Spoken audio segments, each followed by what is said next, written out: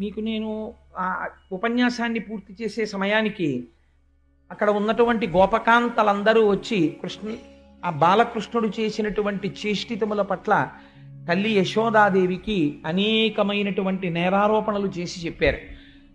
ఇన్ని చెప్పినా సాక్ష్యం మీద ఆధారపడింది యశోద. ఎందుకని?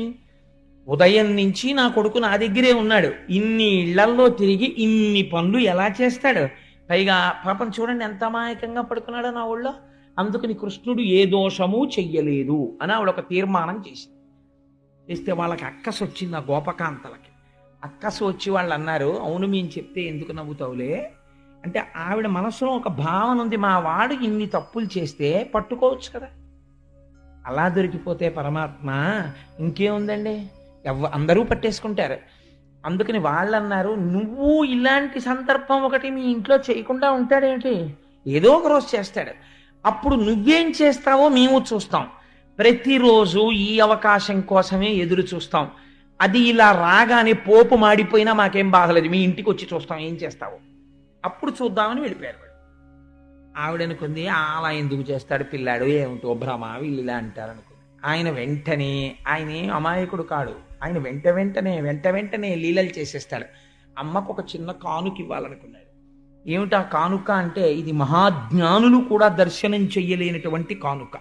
ఇది భక్తి కలిగినటువంటి వాడికి ఈశ్వరుడు జ్ఞానం ఎలా ఇస్తాడు అన్నదానికి ఒక గొప్ప ఉదాహరణ. ఒకనాడు తల్లి యశోదాదేవి లోపల పని చేసుకుంటోంది. అక్కడ బలరాముడు ఇతర గోపబాలురు ఆడుకుంటున్నారు. ఆడుకుంటున్న వాళ్ళందరూ గబగబా పరిగెత్తుకుంటూ యశోదాదేవి దగ్గరికి వచ్చారు. వచ్చి, అమ్మా నువ్వు ఎన్నో మాటలు చెప్పావు కదా అమ్మా కృష్ణుడికి, ఒరే మట్టి తినకూడదని చెప్పావు కదా, తమ్ముడు మళ్ళీ మేము చెప్పినా సరే వినకుండా మట్టి తినేస్తున్నాడమ్మా అన్నారు.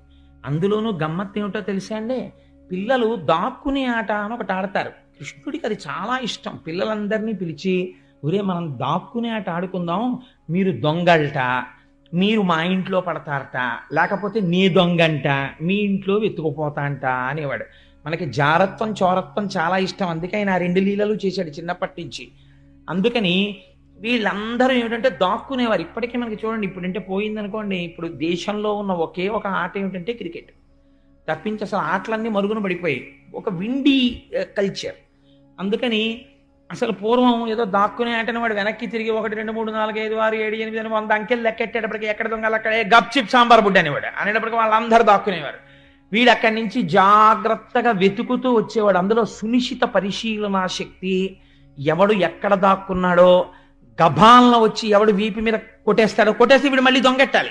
అందుకని చాలా అలర్ట్గా ఉండి వెతకడం, ఇవన్నీ అలవాటు అవుతుండేవి. ఒక ధ్యానము, ఇంతమంది మధ్యలో తిరుగుతున్నా ఎక్కడ ఎవడున్నాడో అని కదలికని కనిపెట్టగలిగినటువంటి ధ్యానశక్తి పెంపొందుతుండేది పిల్లల్లో. అటువంటి ఆటలు ఉండేవి పూర్వం. ప్లస్ ఫిజికల్ ఎక్సర్సైజ్ జరుగుతుండేది ఆ పరిగెత్తడం వల్ల. ఇందులో ఎవడో పరిగెత్తుకొచ్చి వీపు మీద కొట్టేసి అవుట్ అని అరుస్తాడు. ఆ అవుట్ అని అరవడంలో రోజు 10 మాటలు అరిచాడు అనుకోండి, కంఠనాళాలు కరెంటు పోయినా సరే 2000 మందికి ఉపన్యాసం చెప్పగలిగిన కంఠం ఉండేది. అంత మంచి కంఠం. అందుకే పూర్వం ఉపాధ్యాయులు పాఠం చెప్తే ఒక 100 మంది పిల్లల్ని కూర్చోబెట్టుకుని ఒక 2 గంటల పాటు మంచినీటి చుక్క నోట్లో వేసుకోకుండా చెప్పేసేవారు. కారణం ఏంటంటే చిన్నప్పటి నుంచి ఆ కంఠానికి అటువంటి సాధన ఉండేది. ఇవాళ పిల్లలు ఆడుకోవడానికి ఓ పార్క్ ఏదో ప్లే గ్రౌండ్ ఏది, ఓ సందు ఉందనుకోండి, 3 పుల్లలు, ఓ పుల్ల, ఓ బ్యాటు, ఓ బాలు, మా కారుకు తగులుతాయి, మా అద్దాలకు తగులుతాయి అని కంప్లైంట్, ఓ దొంగాట ఆడుకున్నట్టు ఆడుకోవడం. అందులో ఏమిటి, that is not the atmosphere required for playing cricket. కానీ అంతకన్నా ఇంకో ఆట ఆడుకోవాలి. కానీ ఇవాళ చిత్రం ఏంటంటే అది లేదు. లేకపోవడంలో చాలా ట్రబుల్స్ వస్తున్నాయి, చాలా అనారోగ్యాలు, చాలా మందికి థ్రోట్కి సంబంధించినటువంటి ప్రాబ్లమ్స్. ఎందుకంటే చిన్నతనంలో అలా అరవక, అలా ఆడక. కాబట్టి కృష్ణ పరమాత్మ చక్కటి ఆటలు ఆడుతున్నారు. ఆడుతుంటే దొంగాట ఆడేటప్పుడు ఈయనకు ఒక మంచి సావకాశం ఉండేది. అందరూ దాక్కుంటారు కదా, ఈయన కూడా దాక్కునేవాడు. ఎక్కడో దాక్కుని, ఇప్పుడు ఎవరు దగ్గరికి రారు, ఎక్కడున్నవాడు అక్కడే దాక్కోవాలి. అందుకని ఈయన ఒక్కడూ కూర్చుని మట్టి తీసి నోట్లో పోసుకుంటూ ఉండేవాడు. కారణం ఏమిటంటే ఆ భూకాంత ఎంత పొంగిపోయిందో ఇక్కడ కాదు, ప్రథమ స్కంధంలో చెప్తారు దాన్ని.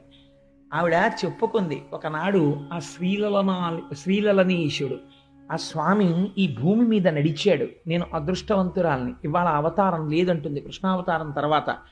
అలా ఆ భూకాంత పొంగిపోవడం కోసమని ఆ మట్టి తీసి ఆయన నోట్లో పోసుకునేవాడు. ఈలోగా అక్కడెక్కడో దాక్కున్నవాడు ఇలా చూశాడు కృష్ణుడు నోట్లో మట్టి పోసుకోవడం. పిల్లలకి ఎంత సరదాగా ఉంటుందంటే పక్కవాడు ఏదైనా దొరికితే వెళ్ళి వాళ్ళ అమ్మా నాన్నకి చెప్పాలి. అందుకని బలరాముడికి చెప్పారు, ఒరే బలరామా బలరామా, మీ తమ్ముడు మట్టి తినేస్తున్నాడు రా. ఈయన అని పెట్టుకుని నిలబడ్డాడు. నిలబడితే ఇంకా అనుమానం ఎక్కువైపోతుంది కదా, మట్టి తినేసాడని. కాబట్టి అందరూ కలిపి ఇది చెయ్యట్టుకుని లాక్కుంటూ యశోద దగ్గరికి తీసుకెళ్లారు. యశోద అదృష్టమే అదృష్టం అండి. నిజంగా జీవితంలో యశోద లాంటి జన్మ ఉన్నవాళ్ళు అరుదు. అందుకే యశోద చాలా గొప్ప పేరు. ఆ పేరు కూడా భగవంతుడు అందుకే అలా పెట్టాడేమో ఆవిడికి. అసలు యశోద 3 అక్షరాల పేరు, ఆడవాళ్ళు పెట్టుకోవడానికి యోగ్యమైన పేరు. అసలు చాలా చోట్ల ఇవాళ ఆ పేరే లేదు. ఆశ్చర్యం, చాలామంది యశోద అన్న పేరే పెట్టుకోవట్లేదు ఇప్పుడు. అందుచేత ఆ యశోద దగ్గరికి పరమాత్మ వెడితే ఆవిడంది, మన్నీటికి భక్షింతువు మన్నియమము లేల మన్నింపవు అన్నయు సకులను చెప్పెద రన్నామన్నేల వేరు పదార్థము లేదే. ఎరా కృష్ణ, ఎన్ని మాటలు చెప్పాను నీకు మట్టి తినద్దని అంటే ఆవిడ వెంటనే నమ్మేసింది. వీళ్ళందరూ చెప్పారు కాబట్టి. ఆయన ఏం తక్కువవాడు కాడు, తిన్నాడు. కాబట్టి మన్నీటికి భక్షింతువు, మంది ఎందుకు తింటున్నావు? నేను ఇంతకుముందు నీకు ఎన్నో మాటలు చెప్పాను. ఈ లీలకున్న గొప్పతనం ఏమిటో తెలుసా అండి? యశోద యొక్క అదృష్టాన్ని ఆవిష్కరిస్తోంది ఈ లీల. ఇది మీరు బాగా గుర్తుపెట్టుకోవాలి. తల్లి పిల్లల్ని ఇలా అడిగేటప్పుడు ఇలా చేతులు కట్టుకుని మన్నీటికి భక్షింతువు అని అడగదు కదా. ఒరే మన్ని ఎందుకు తింటున్నావురా అని అడగవలసి వచ్చింది అనుకోండి, అమాంతం పిల్లాన్ని ఇలా రెక్క పెట్టుకుని ఏరా మన్ని ఎందుకు తిన్నావు అంటుంది. ఇలాగా ఇలా చూపించడమే పరమాత్మ దగ్గర. భగవంతుణ్ణి పట్టుకుని వేదాంగములు చదివిన వాళ్ళు ఇలా తప్ప ఆయన దగ్గర ఇలా అనడం, ఆఫీస్ నమస్కారాలు ఆయన దగ్గర కుదరవు. అలాంటిది ఆయన దగ్గరికి వెళ్ళి ఇలా చూపించడమా, ఇలా చూపిస్తే ఆయన బెంగ పెట్టుకుని ఇలా నిలబడ్డమా భయపడి, అలా లొంగిపోయినటువంటి స్వరూపం ఒక్క యశోద దగ్గర తప్ప ఎక్కడైనా ఉందా? ఇది యశోద అదృష్టాన్ని చూపిస్తున్నారు ఆ పద్యంలో పోతన గారు. ఇది పోతన గారి ఆర్తి. మన్నేటికి భక్షింతువు. ఆయన ఎవరు? లోకములకన్నిటికీ నడువడి నేర్పినవాడు. వేదము ఆయన యొక్క మాట, అపౌరుషేయము. వేదము ఆయన పలికితే వినపడింది ఋషులకి సమాధిలో. ఆ వేదము చేత ఆయన కట్టడి చేశాడు ప్రపంచం ఇలా ఉండాలని. ప్రపంచమునకు మార్గదర్శనం చేసినటువంటి మహాపురుషుడైనటువంటి పరమాత్మని ఈవిడ మార్గదర్శనం చేస్తోంది. నువ్వు ఇలా ఎందుకు చేశావు, నేను ఇలా చెయ్యమని చెప్పాను కదా. సృష్టిలో ఇది ఉందంటే ఎక్కడైనా? ఈశ్వరుడి దగ్గరికి వెళ్ళి ఈశ్వర నేను చెప్పినందుకు నువ్వెందుకు నడవలేదు అని అడగగలగడం. పోనా అలా అడగడానికి ఈవిడేమైనా తపస్సు చేసి ఈశ్వరుణ్ణి ప్రత్యక్షం చేసుకుందా అంటే? కేవలం ఒక అజ్ఞురాలు గోపిక ఈవిడ ఇలా చూపించి అడుగుతోందమ్మ. మన్నేటికి భక్షింతువు నియమము లేల మన్నింపవు. నేను చెప్పింది నువ్వెందుకు వింటలేదు? నేను చెప్పాను మట్టి తినద్దని, నువ్వు తిన్నావు. ఇదిగో వీళ్ళందరూ చెప్తున్నారు, నియమము లేల మన్నింపవు అన్నయు సఖులును చెప్పెదరు. అన్న చెప్తున్నాడు, నీ స్నేహితులు చెప్తున్నారు. అన్నయు సఖులును చెప్పెదరన్నామన్నేల వేరు పదార్థము లేదే. ఎరా తిన్నావు, మట్టే తినాలా? నీకు ఎన్ని మాటలు చెప్పాను మట్టి తినద్దని. వెంటనే ప్రత్యామ్నాయం చెప్తుంటాం మనం. నీకు ఎన్నో మాటలు చెప్పాను చాక్లెట్లు కొనుక్కోవద్దు, పళ్ళు పాడైపోతామని. ఆ చాక్లెట్లే తింటాం ఎందుకు? యాపిల్ పండు తినకూడదా, బిస్కెట్లు తినకూడదా అని తండ్రి మొత్తుకుంటాడు పిల్ల దగ్గర. కానీ అది మాత్రం చాక్లెట్లే కొనుక్కుంటుంది కదా. అలా ఒక మాట ఇలా చూపించి అడుగుతున్నారు. మన్నీటికి భక్షింతు నియమము లేల మన్నింపవు అన్నయు సఖులును చెప్పెదరన్నామన్నేల వేరు పదార్థము లేదే. ఏం మట్టి తినడం ఎందుకు? వేరే పదార్థం లేదా? తినకూడదా? ఇది ఈనాటి మాట కాదు, కృష్ణుడి దగ్గర నుంచే ఉందన్నమాట ఈ మాట. అంటే ఏం మట్టి తింటాం ఎందుకురా? ఇంట్లో చక్క మెత్తటి వెన్నుంది, నెయ్యి ఉంది, పెరుగుంది, అవన్నీ తినకూడదు, ఈ మట్టి తింటామేంటి అని అడిగింది. అంటే ఆయన చూడండి, పోతన గారి గొప్పతనం ఎక్కడో తెలుసా అండి? పిల్లలు చెయ్యని పనికి ఇలా నిలదీశారనుకోండి, 10 మంది తీసుకొచ్చి వాళ్ళకి కోపం వచ్చేస్తుంది. కోపం వచ్చేసి నేను అమ్మతో మాట్లాడుతున్నాను, నేను నాన్నగారితో మాట్లాడుతున్నాను అని వాళ్ళు అనుకోరు. ఏంటంటే నాన్నగారండి ఎవరో నేను చాక్లెట్ తిన్నానని చెప్తే మీరు నమ్మేసేయడమేనా? నేను ఏదో చాక్లెట్లు సంబంధించినటువంటి కాగితం ముక్కలు చేత్తో పట్టుకున్నాను, తిన్నదేమో రామకృష్ణారావు అమ్మాయి తింది, నాకేమో చేతిలో ఆ కాగితాలు పెట్టింది, కాగితాలు నా చేతిలో పెట్టినందుకు మీరేమో నేను తిన్నానంటారా? నేను తిన్నా, నాకు కావాలంటే నా నోరు చూసుకోండి అంటారు. అయ్యో మనం అలా నిలదీయచ్చా నాన్నగారిని అని ఉండదు. ఎందుకని? అది పిల్లలకుండే స్వాతంత్రం అలా ఉండాలి. కృష్ణుడు అప్పుడు ఏమని ఉంటాడో, పోతన గారు ఎలా దర్శనం చేశారో చూడండి మహానుభావుడు. అమ్మా మన్ను తినంగనే శిశువునో యాకొంటినో వెర్రినో నమ్మంచూడకు వీరి మాటలు మదిన్న నీవు కొట్టంగా దారిం మార్గమ్ము ఘటించి చెప్పెదరు కాదేని మదీయస్య గంధం అఘ్రాణము చేసి నా వచనములు తప్పైన దండింపవే అన్నాడంతే. ఒకటే పద్యం. పోతన గారికి అలా పడిందంటే మహానుభావుడికి ఘంటం అలా కదిలింది ఆయనకి. అమ్మా మన్ను తినంగనే శిశువునో. అమ్మా నేను మన్ను తినడం ఏంటమ్మా? నేను శిశువునా? నేనేం చంటిపిల్లాడినా అమ్మా? ఏదో పెద్దవాడైపోయినట్టు. పిల్లలు అడుగుతుంటారు, ఒరే నాన్న నువ్వు చక్కగా బొట్టు పెట్టుకుని చక్కగా రా ఉపన్యాసానికి. ఏంటి నాన్నగారండి చిన్న పిల్లలకి చెప్పినట్టు చెప్తారు అంటారు. వాళ్ళు చిన్నపిల్లలే. అలా అమ్మా మన్ను తిన్నంగానే శిశువునో యాకొంటినో విర్రినో. ఎంత పెద్దవాడైపోయాడో చూడండి అమ్మ దగ్గర. ఏమిటమ్మా నేనేం చేతకాని వాడినా? శిశువునా? నేనేం వెర్రాడినా? ఏంటమ్మా మట్టి తిన్నావు మట్టి తిన్నావు మట్టి తిన్నావు అని వీళ్ళ మాటలు నన్ను అలా అనేస్తున్నావు, నువ్వు ఇలా ఇలా అంటావు అస్తమానం నన్ను అని. నమ్మంజూడకు వీరి మాటలు మదిన్ నన్నీవు కొట్టంగా దారిం మార్గమ్ము ఘటించి చెప్పెదరు. నన్ను నువ్వు కొట్టడం కోసమని వీళ్ళందరూ లేనిపోని చాడీలన్నీ కల్పించి చెప్తున్నారు. ఎప్పుడైనా కొట్టిందండి భాగవతంలో ఇప్పటి వరకు మనం విన్నాం? కొట్టిన సందర్భం లేదు. కానీ ఈయన మళ్ళీ తిరగబడి చాట్ షీట్ ఇచ్చేస్తున్నాడు అమ్మకి. నన్నీవు కొట్టంగా దారిం మార్గమ్ము ఘటించి చెప్పెదరు కాదేనిన్ మదీయాస్య గంధం అఘ్రాణము చేసి. నిజంగా నేను మట్టి తింటే ఆయన ఎంత వేదాంతం చెప్తున్నాడో చూడండి. తన్మాత్రలలో పృథివికి వాసన, పృథివికి రుచి ఉంటుంది. అందుకని ఏది నేను నిజంగా తిన్నవాణ్ణైతే పృథివిలోంచి వాసన వస్తుంది కాబట్టి మట్టి నోట్లో వేసుకుంటే మట్టి వాసన రావాలి కదా నోరు. ఏది నా నోరు వాసన చూడు. నా నోరు వాసన చూసి మట్టి వాసన వస్తే నన్నీవు కొట్టంగా దారిం మార్గమ్ము ఘటించి చెప్పెదరు కాదే నిన్మదీయస్య గంధం అఘ్రాణము చేసి నా వచనములు తప్పైన దండింపవే. నేను నా నోట్లోంచి మట్టి వాసన వస్తే నన్ను కొట్టేయమ్మా అన్నాడు. అనగానే ఏంటి రావిడి తెంపరితనం, ఇంత ధైర్యంగా అంటున్నాడు. వీళ్ళందరూ మట్టి తిన్నారంటున్నాడు. గోపకాంతలు చూస్తే నిన్న పొద్దున్నొచ్చి చాలా మభ్య పెడుతున్నాడు. నీ ఇంట్లోనూ జరుగుతుందంటున్నారు. అసలు ఇవాళ తేల్చేసుకోవాలి. వీడే మార్గం కూడా చెప్పేస్తున్నాడు కదా. మట్టి తింటే నా నోరు చూడంటున్నాడు కదా అని. పాపం ఆ పిచ్చి తల్లి యశోదమ్మంది అయితే తెరు నోరు. ఇది యశోదాదేవి అదృష్టం. ఇది ఎంతో తపస్సు చేసినటువంటి మహాపురుషులు ఎక్కడో భ్రంశమైపోయి జారిపోయి మళ్ళీ జన్మలెత్తారు. అంతటా ఈశ్వరుణ్ణి చూడలేకపోయారు. అంతటా ఈశ్వరుణ్ణి చూడడం జ్ఞానం. ఏమీ చదువుకోనటువంటి స్త్రీకి అంతటా ఈశ్వర దర్శనం చేయిస్తున్నాడు పరమాత్మ. ఈశ్వరుడు యందు లోకం కనపడుతోంది, లోకము ఈశ్వరుడు యందుంది. ఈ తత్వాన్ని ఆవిష్కరిస్తున్నాడు చూడండి. ఇది బ్రహ్మాండ దర్శనం, విశ్వరూప దర్శనం అంటారు. మృద్భక్షణమున విశ్వరూప దర్శనము అంటారు పోతన గారు దీన్ని. అని ఇలా నోరు తెరిచాడు. అమ్మ నోట్లో వాసన చూద్దామని నిజంగా యశోద అదృష్టమే అదృష్టమండి. ఆ రోజున మోకాళ్ళ మీద కూర్చుని కొడుకు చెయ్యిలా పట్టుకుని నోరు వాసన చూద్దామనుకుని ఇలా దగ్గరగా నోటి దగ్గరికి వెళ్ళపోయింది. ఇలా నోరు తెరిచాడు. ఆ లలితాంగిక నుంగుని బాలుని ముఖమందు జలధి పర్వత వన భూగోళ సికి తరణి శశి దిక్పాలాది కారండంబైన బ్రహ్మాండంబునన్ సమస్త పర్వతాలతో నదులతో సముద్రాలతో చెట్లతో చామలతో లోకంతో నరులతో నందవ్రజంతో నందవ్రజంలో ఉన్న పశువులతో తన ఇంటితో తనతో నందుడితో కలిసి కనబడ్డారు లోపల. అనపడితే ఈ యశోద నోట్లోకి చూసి ఇన్ని బ్రహ్మాండములు పిల్లవాడి నోట్లో కనపడుతుంటే ఆవిడ తెల్లపోయింది. తెల్లపోయి ఆవిడ అనుకుంది, కలయో వైష్ణవమాయయో ఇతర సంకల్పార్థమో సత్యమో తలపన్నేరకయున్నదాననో యశోదాదేవి కానో పరస్థలమో బాలకుడెంత వీని ముఖస్తంభై అజాండంబు ప్రజ్వలమయ్యుండుటకేది హేతువో మహాశ్చర్యంబు చింతింపగన్. ఇదే కదండి జ్యోతిర్లింగం అంటే. నోరు తెరిస్తే ఆ నోట్లో ఉన్నవన్నీ చూసి యశోదంది, ఏం ఆశ్చర్యం. కలయో వైష్ణవమాయయో ఇతర సంకల్పార్థమో సత్యమో. ఇది కళ, వైష్ణవమాయ, ఏదైనా సంకల్పమా? అసలు లేకపోతే ఇది సత్యమా? యశోదాదేవి కాను, అసలు నేను యశోదనేనా? పరస్థలమో, నేను ఇంట్లోనే ఉన్నానా?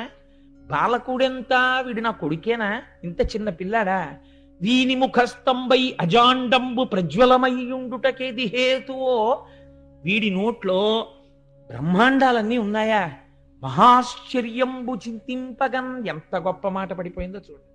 మహాశ్చర్యంబు, బ్రహ్మమునకు అద్భుత దర్శనము అని పేరు. మహాశ్చర్యంబు చింతింపగన్, ఆలోచిస్తే చాలా ఆశ్చర్యకరంగా ఉంది. పిల్లవాడు ఏమిటి, పిల్లవాడి నోట్లో బ్రహ్మాండాలు ఏమిటి అని ఆవిడ తెల్లపోయింది. మీరు మామూలుగా ఆలోచన చేస్తే, ఏమండి ఇవన్నీ ఎలా కుదురుతాయండి, ఓ చిన్న పిల్లవాడి నోట్లో అన్నీ ఉంటాయా అని మీరు నన్ను అడగవచ్చు. మిమ్మల్ని నేను ఒక ప్రశ్న వేస్తాను, ఊహ చెయ్యండి. శంకర భగవత్పాదులు ఒక అద్భుతమైన శ్లోకం ఇచ్చారు దక్షిణామూర్తి స్తోత్రంలో. బీజస్యాం తరివాంకురో జగదిదం ప్రాంగ్ నిర్వికల్పం పునః మాయా కల్పిత దేశ కాల కలన వైచిత్ర చిత్రీకృతం మాయావీవ విజృంభయత్యపి మహాయోగి వయశ్రీచ్ఛయా అని. అందులో బీజస్యాం తరివాంకురో, ఒక రావి చెట్టు ఉంది. రావి చెట్టు ఎంత పెద్దది? చాలా పెద్ద రావి చెట్టు. ఇంత పెద్ద రావి చెట్టు యొక్క మూలము లేదా ఆ రావి చెట్టు యొక్క సూక్ష్మ దశ ఎక్కడ ఉన్నది అంటే, ఇంత రావి చెట్టు కూడా ఇంత చిన్న విత్తనమునందు ఉన్నది. లేకపోతే దాని నిర్మాణమునకు సంబంధించిన సమస్త ప్రక్రియ విత్తనం బద్దలై అందులోంచి ఎలా వచ్చింది? అందులో ఉంది కాబట్టి పైకొచ్చింది. కానీ సూక్ష్మావస్థ యందు అణిగి ఉన్నది.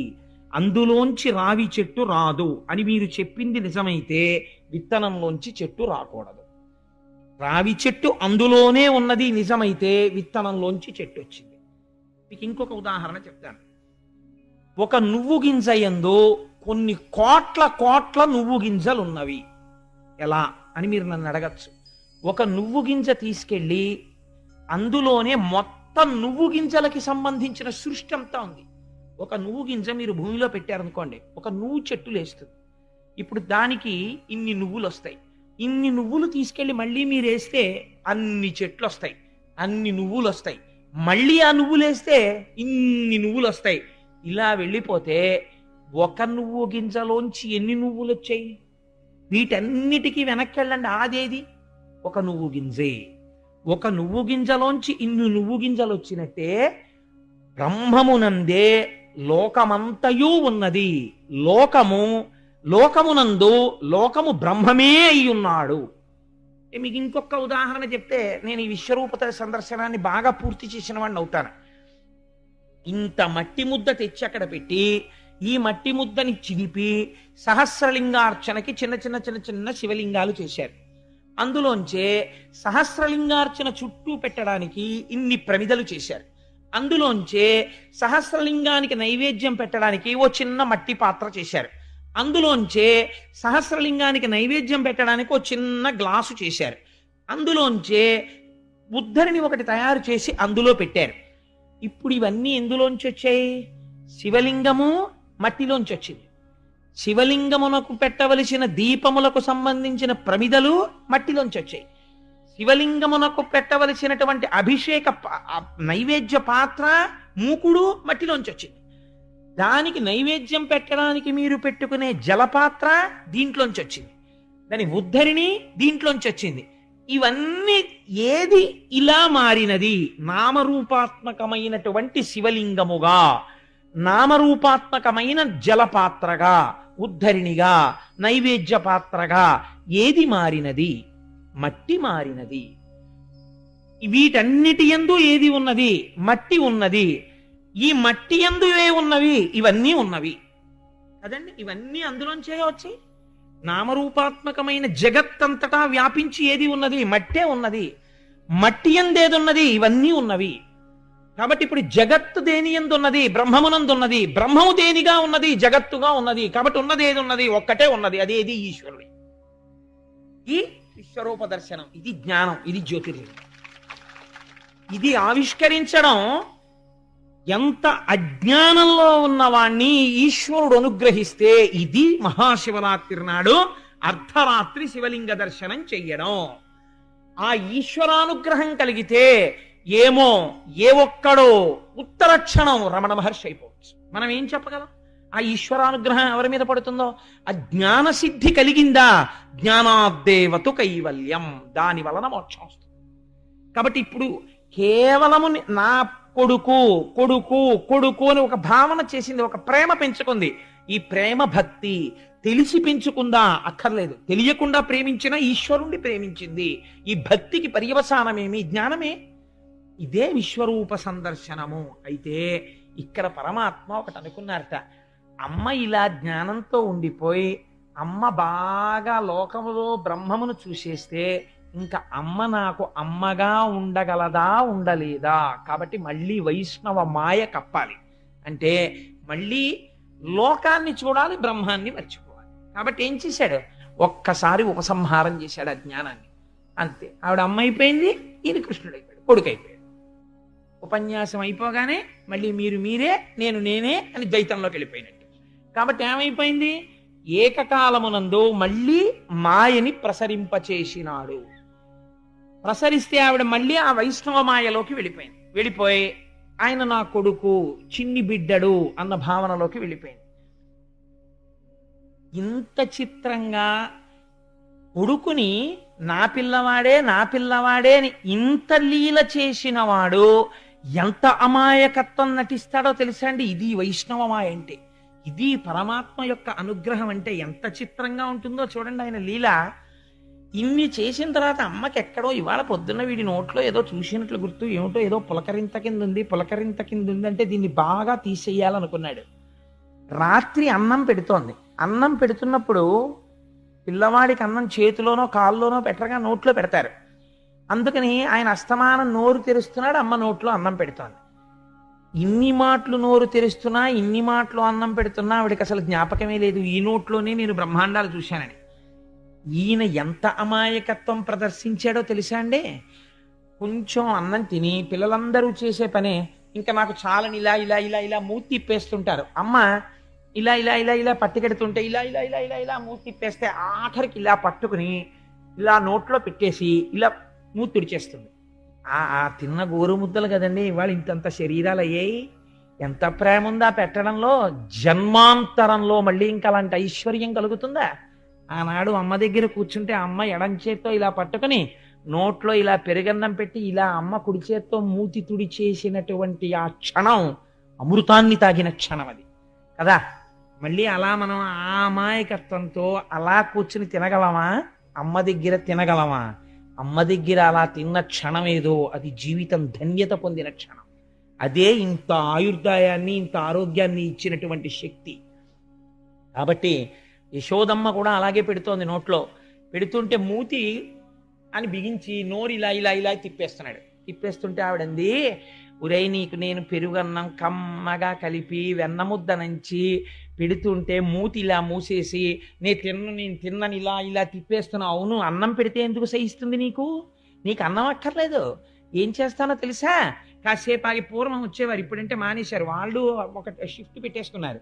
పూర్వం రాత్రి 9 గంటలకు వచ్చేవారు. వచ్చి అమ్మా మాధవ కబళం తల్లి అనేవారు. ఇంటి ముందు నుంచి మా చిన్నతనంలో ఏలూరులో వస్తుండేవారు. అంటే ఇళ్లల్లో అన్నం తినేసిన తర్వాత మాధవ కబళం కోసం వస్తాడరా అని ఒక సంస్కృతి అలవాటు చేసేవారు. వాడికి కూడా పెట్టాలి, లేకపోతే వాడికి అన్నం తినకపోతే నిద్ర పట్టదు. అందుకే జాగరణ చేస్తే పేదవాడి కష్టం తెలుస్తుంది. అన్నం తినలేదనుకోండి నిద్ర పట్టదు వాడికి రాత్రి. అందుకని ఒరే వాడికి ఒక ముద్ద ఉంచండి అని చెప్పి కాస్త ఉంచేవారు. ఒక్క ముద్ద తక్కువైతే మజ్జిగ తాగు పడుకోండి, కడుపు చల్లగా నిద్ర పడుతుంది. కానీ ఇంకొకటికి పెట్టి పడుకోవాలని ఉంచేవారు ఆ గిన్నెలో ఉంచి. ఎవరే మాధవ కబళం వాడు ఇంకా రాలేదురా అని ఎదురు చూసేవారండి వాడి కోసం. అమ్మ మాధవ కబళం అమ్మాయ వచ్చేసాడరా పెట్టేసి పడుకుందానికి అవ్వగా వెళ్ళి ఆయన ఏసి వచ్చి పడుకుని నిద్రపోయేవారు. అలా మాధవ కబళం దాని పేరు. ఎంత విచిత్రమైన పేరో చూడండి. అది మాధవుడికి ఇస్తున్న కబళం. మాం అంటే లక్ష్మీదేవి, ధవుడు అంటే భర్త. ఇది ఈ ఆర్తి చూసి ఈశ్వరుడు ఐశ్వర్యం ఇస్తున్నాడు నీకన్నారు. అందుకని ఆ కబళం ఒక ముద్ద తీసుకెళ్ళి ఆయనకి వేసేవారు. 4 ఇళ్లలో 4 ముద్దలు తిని ఆయన చెట్టు కింద పడుకునేవాడు. కాబట్టి ఆవిడంది యశోదాదేవి కాసేపు ఆగి అమ్మా మాధవ కబళం తల్లి అన్నోడు వస్తాడు. అప్పుడు నిన్నేం చేస్తానో తెలుసా? నీకు అన్నం అక్కర్లేదు కదా, నేను పెట్టింది అక్కర్లేదు కదమ్మా, ఇంట్లో పిల్లాడు ఉన్నాడమ్మా, వాడికి అన్నం అక్కర్లేదు, వాడిని పట్టుకెళ్ళిపోండి మీతోటి వాడికి ఎప్పుడు ఆ ఆటలు, ఆ ఇల్లు తిరగా, ఈ ఇల్లు తిరగా, ఇలాంటి పనులే చేస్తుంటాడు. అంటే అమ్మ మీద కోపం అనమాట, ఇలా పెట్టేసి మూతి అని చూస్తున్నాడు. నన్ను ఇచ్చేస్తావా అన్నట్టుగాను. నిన్ను ఇచ్చేస్తాను. వాళ్ళు ఏం చేస్తారో తెలుసా, వాళ్ళ దగ్గర పెద్ద పెద్ద భిక్షాపాత్రలు ఉంటాయి, పెద్ద సిల్వర్ క్యారేజీలు పట్టుకొస్తారు. ఒక్కొక్కసారి ఇంట్లో ఏదో పెళ్ళో లేకపోతే విందో అవుతుంది, చాలా ఉండిపోయాయా అంటారు. అప్పుడు వాళ్ళు 4-5 గిన్నెలు తీసేవారు, ఓ గిన్నెలోంచి తీసి ఇవన్నీ పెట్టుకుని చక్కగా పెద్ద బ్యాగ్లో పెట్టుకుని వెళ్ళిపోయేవారు, గోను సంచి లాంటి దాంట్లో. వాళ్ళ దగ్గర అలాంటిదో సంచి ఉంటుంది. నిన్ను తీసుకెళ్ళి ఆ సంచిలో పడేస్తారు. వాళ్ళు ఏం చేస్తారు తెలుసా, మూట కట్టేసి భుజాన వేసుకుని ఊరు బయటికి వెళ్ళిపోతారు. వెళ్ళిపోయి వాళ్ళందరూ బైరాగులు చెట్టు కింద పడుకుంటారు రాత్రి, ఈ మాధవ కబళం తినేసి. అక్కడికి తీసుకెళ్ళి వాళ్ళు అన్నిళ్లలోంచి పట్టుకొచ్చింది నీకు పెడతారు. పాపం ఆయన అంతే కదండి, అన్నిళ్లలో నైవేద్యాలు తింటాడుగా, అందుకని తెలియకుండా స్తోత్రం చేసేస్తోంది ఆవిడ. తీసుకెళ్ళి నీకు అప్పుడు పెడతారు. అప్పుడు నీకు ఎంత రుచిగా ఉంటుందో, అమ్మ పెడితే ఎందుకు ఎక్కుతుంది నీకు, అప్పుడు వాళ్ళ దగ్గర తిను. అప్పుడు వాళ్ళు తినకపోతే ఏం తినో అని ఇలా బొగ్గట్టుకుంటారు. అప్పుడు ఇలా నోరు తెరిచి తిందుగా అనేటప్పటికి ఇలా కోపంగా చూస్తున్నాడు, అమ్మ వంక నన్ను అన్నేసి మాటలంటావా అని. ఇంతలోకే నిజంగా అమ్మా మాధవ కమలం తల్లి అన్నాడు ఎవరో. అయ్యో వచ్చిన వాడిని ఉట్టినే పంపించకూడదని ఈవిడ కాస్త అన్నం తీసుకుని పట్టుకెళ్ళి వేద్దామని ఓ గిన్నెలో పెట్టుకుంటోంది. గభాలన లేచాడు. వెనక నుంచి అమ్మ 2 కాళ్ళు గట్టిగా పట్టేసుకుని ఆ చీరలోకి తల పెట్టేశాడు. వదలడు అడుగులేద్దామంటే, ఉరే వదలరా అంటే, బిచ్చులు ఒత్తురు ఏడ్చిన భిక్షాపాత్రమున వేయిచి బెగడించి నిను శిక్షింతురని చెప్పిన బిచ్చులకని తల్లి కనియు భీతిల్లు నృపా. అమ్మ వంక మాధవ కబళం తల్లి అన్నవాడి వంక చూసి ఇలా భయపడిపోయి అమ్మ నన్ను వేసేస్తావా, అమ్మ నన్ను వేసేస్తావా అన్నట్టు ఇలా చూస్తుంటే, ఓరి పిచ్చి కన్నా నిన్ను వేసేస్తానా, లేక లేక పుట్టినవాడివి ఎందుకేస్తాను, అన్నం తింటాననేవాడు. కూర్చో, వాడికి మాధవ కబళం వేసి వచ్చేస్తానంటే, అమ్మ నన్ను వేసేకే, అమ్మ నన్ను ఇచ్చేకే, అమ్మ నన్ను ఇచ్చేకే, నిన్ను ఇవ్వనురా, నువ్వు కూర్చో, నిన్ను ఎందుకు ఇచ్చేస్తానురా, నువ్వు నా కన్నవాడివి, నిన్ను ఇస్తానా నాన్న అని ముద్దు పెట్టుకుని అక్కడ కూర్చోబెట్టి వేసి వస్తే, అప్పుడు దొంగ నవ్వు నవ్వితే ఆ నవ్వు చూసుకుని యశోద మురిసిపోయాడు. ఈ ముందు లీలకి ఈ లీలకి ఏమైనా ఎంత అమాయకత్వం నటించాడండి, ఎంత జ్ఞానంతో ఎంత విశ్వరూప దర్శనం చేయించాడు. ఇది కృష్ణ పరమాత్మ అంటే. ఈశ్వరుడు ఏదైనా చేయగలడు. నమో నిధిష్టాయ ప్రియదవదవిష్టాయ చ నమో, నమక్షోదిష్టాయ స్మరహర మహిష్టాయ చ నమో, నమో వర్షిష్టాయ త్రినయన అవిష్టాయ చ నమో, నమ సర్వస్మై తే తదిగమితి శర్వాయ నమః అంటారు. మహిమ్నా స్తోత్రంలో పుష్పదంతుడు పరమశివుణ్ణి ఉద్దేశించి, దూరంగా ఉంటాడు, దగ్గరగా ఉంటాడు, అమాయకుల్లో ఉంటాడు, మహాజ్ఞాని అయి ఉంటాడు, యవ్వనంలో ఉంటాడు, వృద్ధాప్యంలో ఉంటాడు, ఒక రూపంతో ఉంటాడా ఈశ్వరుడు. ఎంత మాయ చేశాడో చూడండి. అందుకని ఈ స్తోత్రం అయిపోయిన తర్వాత, ఈ లీల అయిపోయిన తర్వాత, అసలు ఇది వింటున్నటువంటి పరీక్షిత్తుకి కడుపు మండిపోయింది. ఎందుకు మండిపోయిందంటే ఆయన అన్నాడు, ఏమయ్యా ఎప్పుడైనా ఓ నోము నోచిన వాళ్ళు ఉంటారు, ఓ వ్రతం చేసిన వాళ్ళు ఉంటారు, అభిషేకం చేసుకున్న వాళ్ళు ఉంటారు. ఏమిటే సుఖమహర్షి నువ్వు చెప్తున్నది, భగవంతుణ్ణి పట్టుకుని ఇలా అంటూ ఉండడమా, విశ్వరూప సందర్శనం చూడడమా, భయపడిపోయినట్టు గట్టిగా కౌగిలించుకోవడమా, ఉండ్రానికి కూర్చోపెట్టడమా, అన్నం పెట్టడమా, పక్కన పడుకోపెట్టుకోవడమా, పాలు ఇవ్వడమా. తండ్రి గారు నందుడు గబగబా ఇంట్లోకి వస్తుంటే వేసుకున్న కిర్రు చెప్పులు కిర్రు కిర్రుమంటుంటే ఎంతో భయపడిపోయిన వాళ్ళ ఇలా నక్కి నక్కి నించోడమా, నించుని బలరాముడు కృష్ణుడు వెళ్ళి గబగబా ఆయన చేతిలో ఉన్నటువంటి ఆ పశువుల్ని తోలే కర్రని, ఆయన ఉత్తరీయాన్ని అందుకోవడమా, నాన్నగారండి నాన్నగారండి కాళ్ళు కడుక్కోండి అని చిన్ని కృష్ణుడు చెంబుతో నీళ్లు తెచ్చి ఆయన కాళ్ళ మీద పోసి చిన్న బుజ్జి బుజ్జి చేతులతో కడగడమా. ఏమిటయా ఈ అదృష్టం, ప్రపంచంలో ఇలాంటి వాళ్ళు ఎవరైనా ఉన్నారయా భార్యాభర్తలు? జగదీశ్వరునకు చన్నిచ్చు తల్లిగా ఏమి నోము నోచెయ్యి యశోద, పుత్రుడంచు అతని పోషించు తండ్రిగా నందుడేమి చేసే నందితాత్మ. ముందు నాకు అసలు ఇది చెప్పన్నాడు. ఎంత బాధ వచ్చిందో చూడండి. అసలు ఏం అదృష్టం రా ఆ నందుడిది యశోదది. అసలు వీళ్ళిద్దరూ ఏం పూజ చేస్తే కృష్ణుడు ఇలా కొడుకై పుట్టాడో నాకు ఇది చెప్పు అన్నాడు. నేను అనుకుంటున్నాను మీకు అందరికీ కోరిక వచ్చేసి ఉండాలి. అసలు అయితే ఓ కోరిక ఉండాలి, కృష్ణుడు పెరిగిపోకుండా ఇలాగే ఉంటే బాగుండు లీలలన్నీ అని కూడా.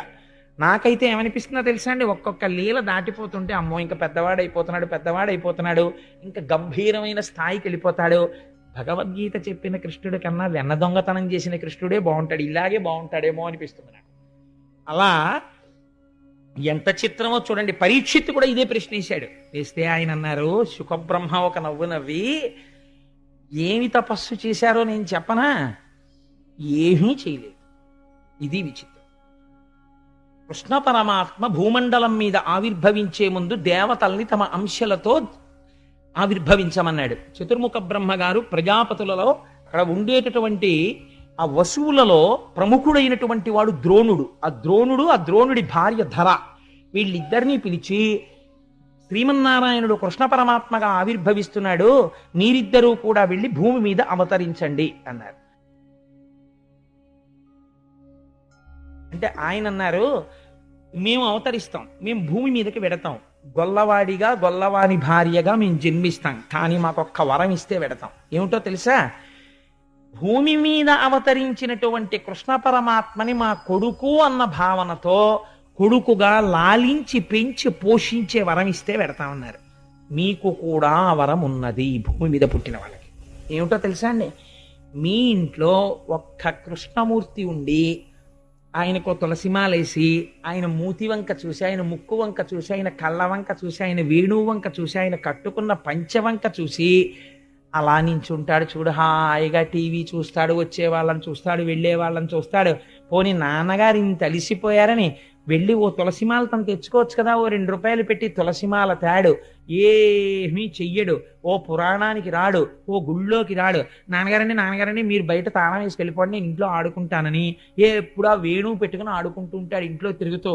ఇలా అయితే ఎలాగరా నాన్న? కృష్ణుడి వంక చూసి మీరేదో తండ్రి అనుకుని, ఆ తర్వాత ఒక రోజున స్వామి నువ్వు జగత్ ప్రభువి అనుకుని, అమ్మో కృష్ణుడికి పొద్దున్నే పాలు ఇవ్వకపోతే బాబాయ్ చాలా అల్లరి చేసేస్తాడు, అమ్మ నాకు ఇంకా పాలు ఇవ్వలేదా అనుకుని ఇంటి ఆవిడ అనుకుని ఓ గ్లాస్తో కొద్దిగా పాలు తీసుకొచ్చి ఆయన దగ్గర పెట్టి, కృష్ణ పాలు తాగాయి, ఏడుపు మొదలెట్టకు, అమ్మ నాకు ఇంకా పాలు ఇవ్వలేదమ్మా అని అరవకు, కాసిన పాలు తాడు అని కాసిన పాలు అక్కడెట్టి కాస్త అన్నం తినే ముందు ఇంత పెరుగన్నం కలుపుకుని ఆ గబగబా కృష్ణయ్య వచ్చి పక్కన కూర్చున్నట్టు ఓ ముద్ద ఆయనకి పెట్టి ఓ ముద్ద తను తింటున్నట్టు భావన చేస్తే మీరు యశోద కాదు.